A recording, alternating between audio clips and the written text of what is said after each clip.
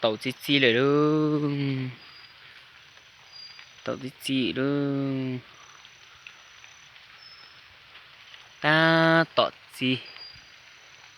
chỉ tàu lưu thế ha, ta tọt chi sư,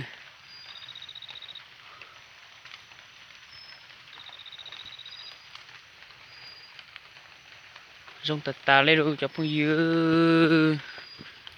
thế này mà, anh này mà dọn dạy lấy đó, thì xí mà, ở bênนู้nọ, ở chỉ cho để cho na luôn, rong lại ư.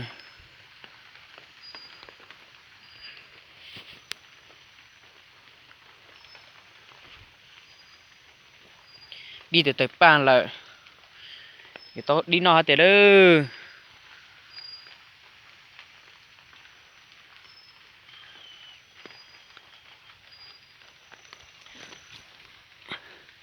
ô tội gì đâu chỉ trong tật ta lên đâu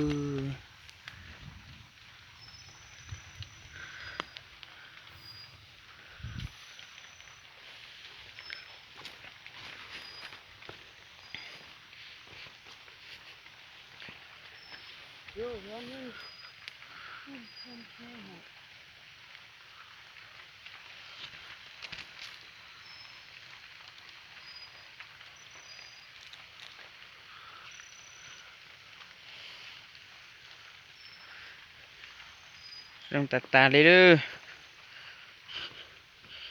cho nó mà giờ tao từ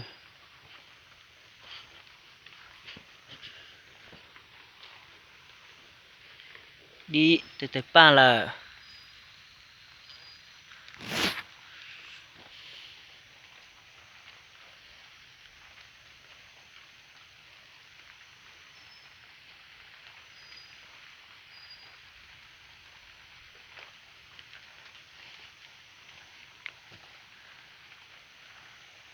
cho phải xe lên đó luôn cho phải xe lên đó luôn ta xin nó chỉ cú chỉ một đế tàu luôn cho phải xe lên đó nữa tên nó mà tôi dùng đến nó là tôi dùng đến nó là xe lên đó nó xin giết đồ cho phong yêu